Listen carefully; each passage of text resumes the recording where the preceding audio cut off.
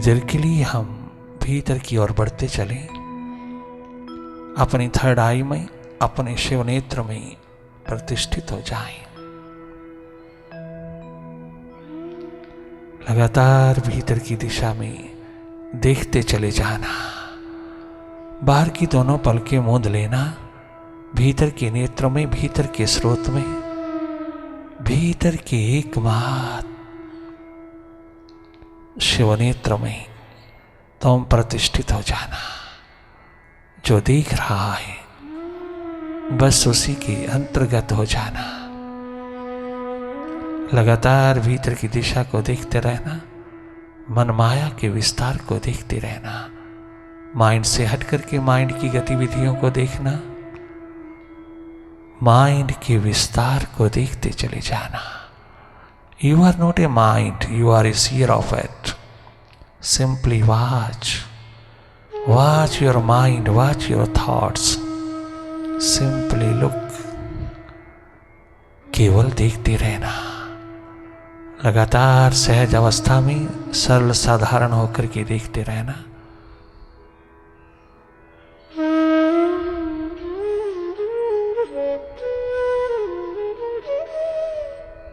विचार दशा में तुम जागे रहना। भाव दशा में तुम गहरी डुबकी लगाना, डूबते चले जाना। वहां देखने की जरूरत नहीं।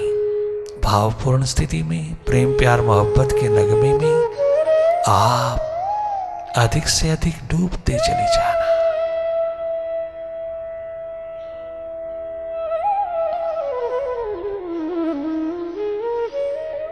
लॉस्ट हो जाना अपने प्रभु में, मालिक में, अपने प्रीतम, अपने साहिबा में, अपने प्रकाश पुंज में।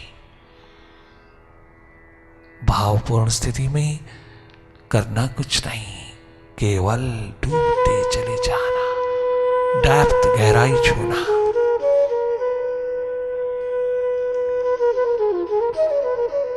नूतन नवीन होकर के आओगी तुम, बहुत मस्त मतवाले होकर के आओगी तुम, दीवानगी के रंग में उतर के आओगी तुम, विजडम के मालिक होकर के आओगी।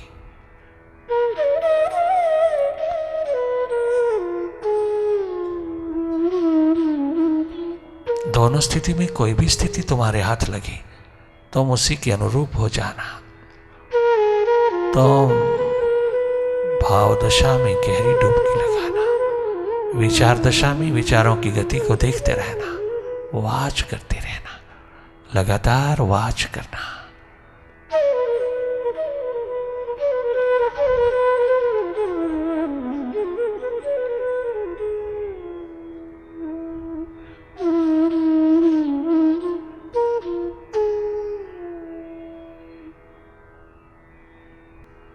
अब ध्यान केवल भीतर की ओर, जो भी हो रहा है उसको देखने में पूरी तरह जुटा देना। बहुत धन्यता का अस्तित्व गूंज उठेगा, बहुत थैंकफुलनेस, धन्य धन्य कह उठोगी जब तुम जागे जागे माइंड की गतिविधियों को देखोगी। हैरान रह जाओगी, आश्चर्यचकित हो जाओगी। कितना यूजलेस थॉट्स इसके पास है, कितना अननेसेसरी ये ज्ञान बटोरता है, दूसरों के पीछे लगा रहता है। इसकी गतिविधियों को जागे जागे जिसने देखा वही इससे स्वतंत्र हो पाया।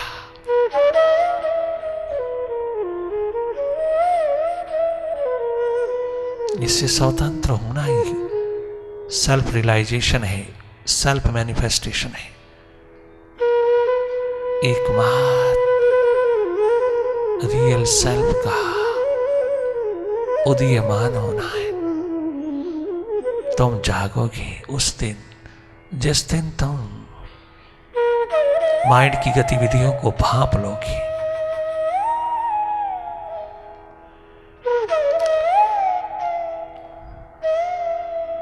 अपनी खोज अपनी तलाश में लगा हुआ इंसान सबसे बड़ा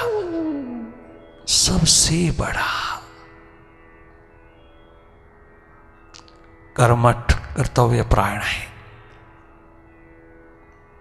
जिस इंसान को अपना ही पता नहीं, वह दूसरे को क्या देगा? जो भी देगा दुख का कारण बन जाएगा। हर पल हर घड़ी भीतर निहारते रहना, अपने अंधेरों को, अपने अंधकार को विदा करना, अपने कचरे को विदा करना, अपने यूजलेस थॉट्स, अननेसेसरी थॉट्स लगातार जो पकड़े रहते हैं उनको विदा करना, अपने प्रकाश पुंज में लौटना, अपने आनंद, अपनी मस्ती में लौटना, खुमारियों के दौर में आना, ये तेरा असली स्वभाव है।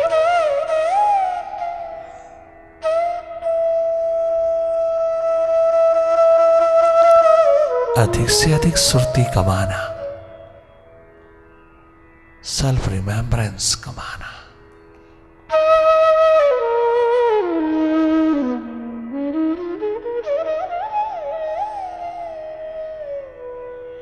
माइंड बैठने नहीं देगा, टिकने नहीं देगा, किंतु vibrations work. Vibrations will help you to be happy, healthy and wealthy in spirit.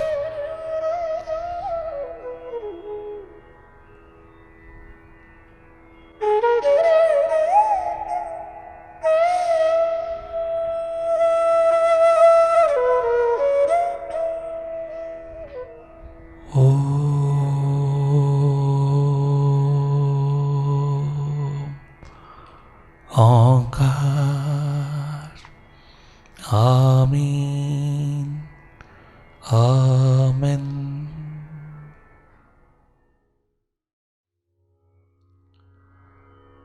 चैन तो मसीह है, चैन तो मसीह, करार तुमसे है, चैन तुमसे, करार तुमसे है, जिंदगी की बहार तुमसे है, जिंदगी की बहार तुमसे है, चैन तुमसे, करार तुमसे है, चैन तुमसे, करार तुमसे है, चैन तुमसे, करार तुमसे है, चैन तुमसे, करार तुमसे है, जिंदगी की बहार तुमसे है, जिंदगी की बहार तुमसे है, चैन तुमसे, करार तुमसे है, चैन तुमसे, करार तुमसे है, चैन तुमसे।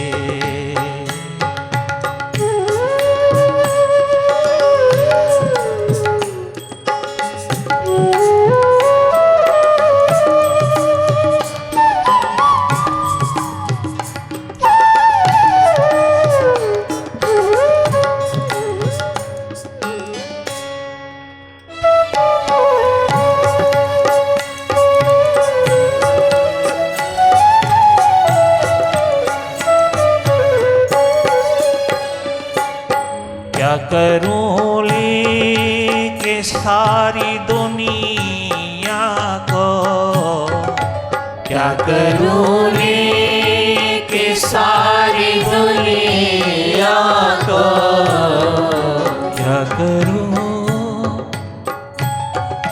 क्या करूं लेके सारी दुनिया को, मेरे दिल को, मेरे दिल को करार तुमसे है, मेरे दिल को करार तुमसे है, मेरे दिल को, मेरे दिल को, मेरे दिल को करार तुमसे है, मेरे दिल को करार तुमसे है, मेरे दिल को, मेरे दिल को, मेरे दिल को करार तुमसे है, मेरे दिल को करार तुमसे है, चैन तुमसे करार तुमसे है, चैन तुमसे करार तुमसे है।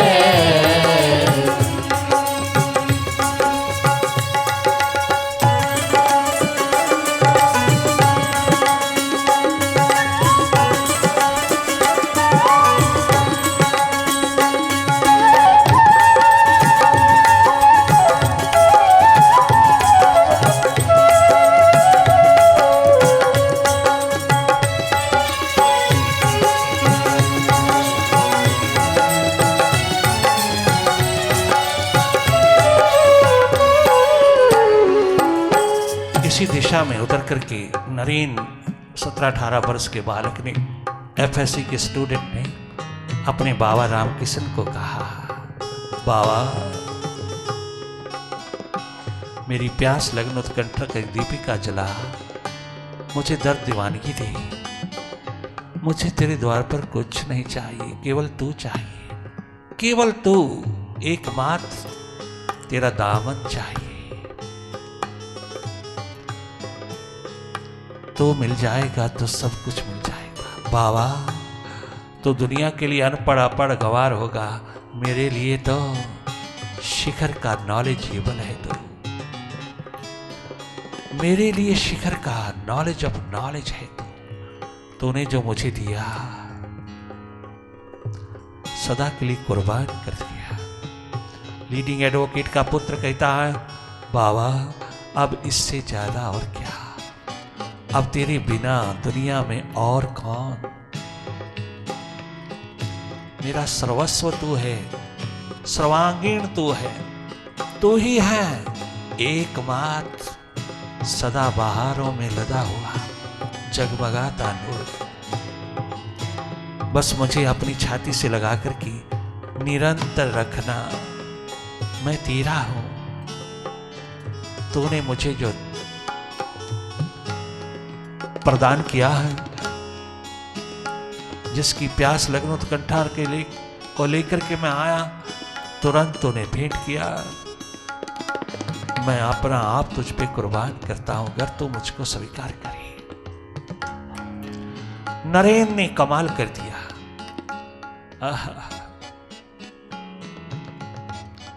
बहुत सुंदर कहता है नरेन, बाबा यूं तो दुनिया में है हंसी लाखों, यूं तो दुनिया में है हंसी लाखों, यूं तो दुनिया में है 17-18 वर्ष का नौजवान नवयुवक, जिस पे दुनिया की ब्यूटी कुर्बान होती थी, कितना हैंडसम बालक है, कितना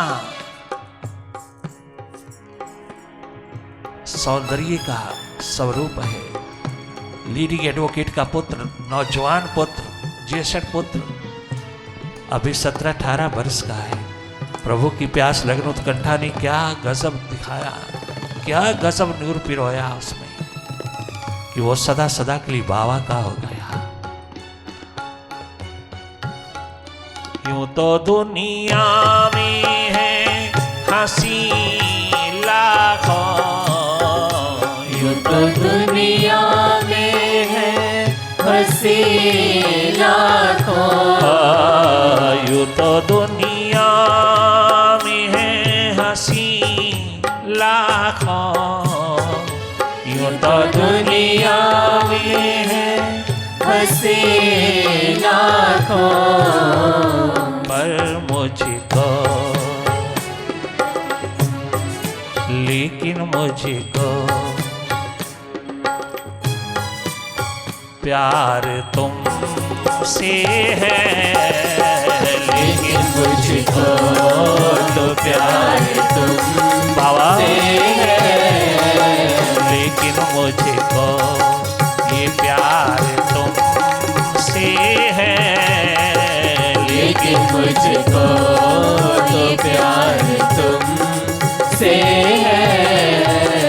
चैन तुझसे करार तुमसे है, चैन तुमसे करार तुमसे है। जिंदगी की बहार तुमसे है, जिंदगी की बहार तुमसे है। चैन तुमसे करार तुमसे है। चैन तुमसे करार तुमसे है। तमाम घर वाले, तमाम बाहर वाले दुश्मन बन गए, सब दुश्मन ही दुश्मन बन गए। जो दोस्त थे वो सब दुश्मन बन गए, सब लात मारने लगे, सब हंसी मजाक करने लगे। घर वाले न जाने कितना दुत्कारने लगे। वो बेड रिडन बाप न जाने कितनी कितनी गालियां देता, अपमानित करता, निंदित करता है अपने ज्येष्ठ पुत्र को। तो कहाँ मरा, किसके द्वार पर मरा? अरे मूर्ख, तुझे और नहीं मिलता था कोई? न जाने क्या क्या वैन कसे हर एक ने, परंतु उसकी आंखों में नशा है, मस्ती है, उसकी आंखों में नूर नूर छलकता है। एक आंसू ही आंसू छलकते हैं अपने बाबा के लिए। उससे बाबा ही भगवान परमात्मा प्रीतम कहलाता, उसे और कुछ नहीं चाहिए। उसे तो काली माई का द्वार नहीं चाहिए, उसे कोई भगवान राम भगवान कृष्ण नहीं चाहिए, उसे तो अपना बाबा राम कृष्ण चाहिए। गतिमान हुआ अपने बाबा के प्रति, दुनिया की परवाह नहीं की बालक ने। 17-18 वर्ष का बालक अपनी विजडम का मालिक, जो उसने देखा वो जाना, जो भापा, उसी के आधार पर खड़ा हुआ। किसी की परवाह नहीं किया, कोई किसी की भी, कितना भी बड़ा क्यों ना हो। एक माँ भुवनेश्वरी ने उसका साथ दिया। माँ भुवनेश्वरी ने समझा बालक की प्यास लगन उत्कंठा को। माँ भुवनेश्वरी ने उसको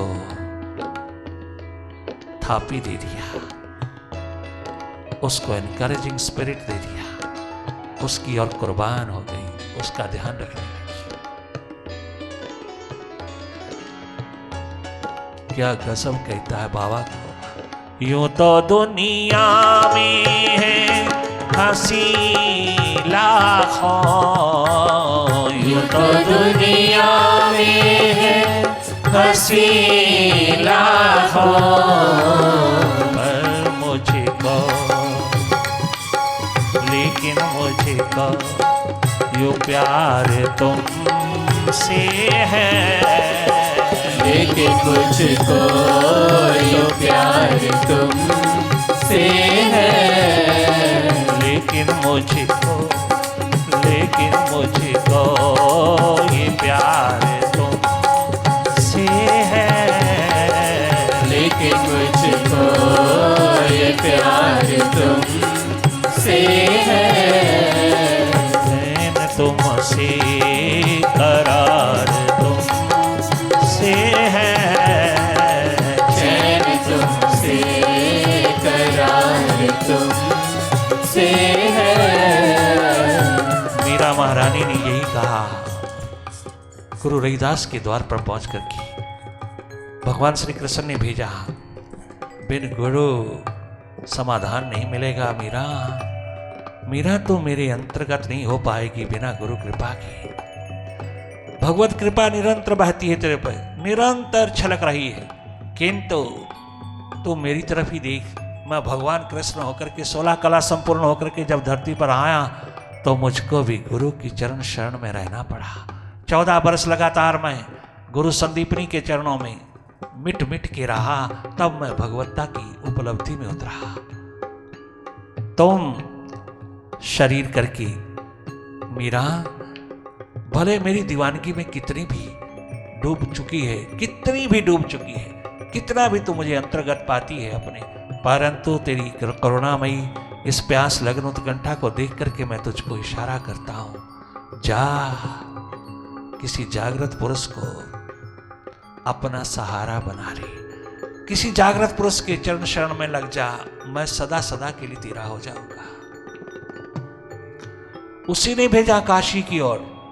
जब मथुरा वृंदावन के तमाम लोगों ने घृणा नफरत से देखा मीरा महारानी को, तो रुदन उतर गया और पुकार उठी अपने गिरधर गोपाल को। भगवान ने उसको सही दिशा दिया, जा काशी की ओर, रास्ते में ही मिल जाएगा तुझे, मिल जाएगा गुरु। गुरु मिले आ रहीदास जी, गुरु मिले आ रहीदास जी, गुरु मिले आ रहीदास जी। रहीदास गुरु मिल गए। आहा, चरणों में छलक उठा, जिए रहा निरंतर यही कहती हुई उसके चरणों पर कुर्बान हो गई और सदा सदा के लिए उसके चरणों में उतर गई। मीरा भगवान कृष्ण की, गोपाल गिरधर गोपाल की 24 घंटे प्यास लगन उत्कंठा में डूबी हुई गुरु कृपा की पात्र हो गई। जैसे ही पात्रता मिली गुरु कृपा की, प्रभु प्रकट हो गए। द्वारकाधीश द्वारिका में प्रकट हो गए।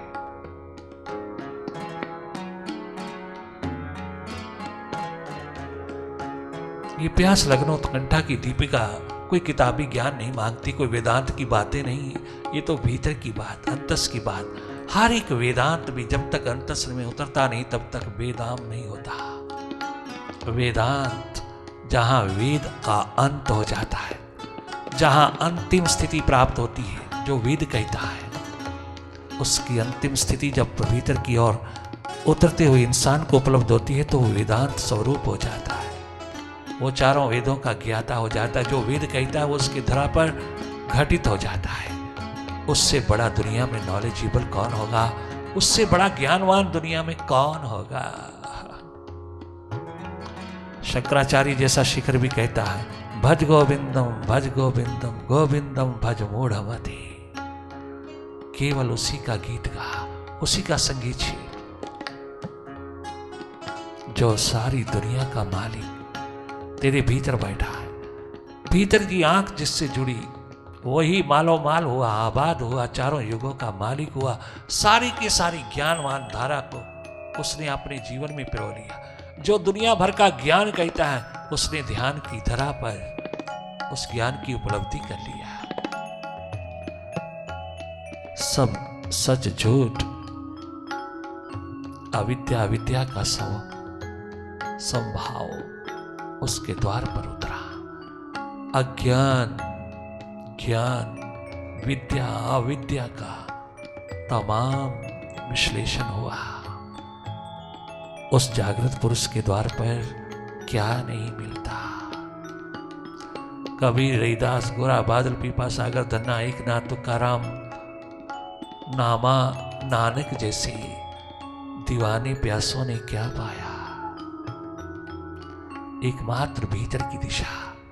दुनिया की किताबें पढ़ पढ़ के तुम कितने ज्ञानवान हो जाओगे, कितने भी तुम एग्जाम्पलरी हो जाओगे, कितने एग्जाम्पलें पेश करोगे, जब जीवन में नहीं, अपने जीवन में नहीं, अपने जीवन में देखा नहीं, उसको अनुभव नहीं किया, तो तुम्हारा अभ्यास किस काम का? अभ्यास तो अनुभव की ओर ले जाना का इशारा करता है। अभ्यास तो कहता है जो मैं कहता हूं वो करो, उस और लौटो, उस और जाओ, उस और निकलो। नहीं निकल पाता इंसान। इंसान कहता है मैं तो गृहस्थी हूं। अरे भारत के तो 95% पहुंचे हुए फकीर, गुरु कहलाने वाले टॉप के गृहस्थी तो थे। 95% तमाम अवतार गुरु गृहस्थी ही तो थे।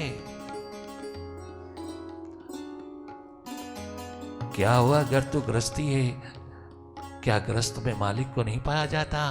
क्या अपने ग्रह में उसको नहीं बिठाया जाता?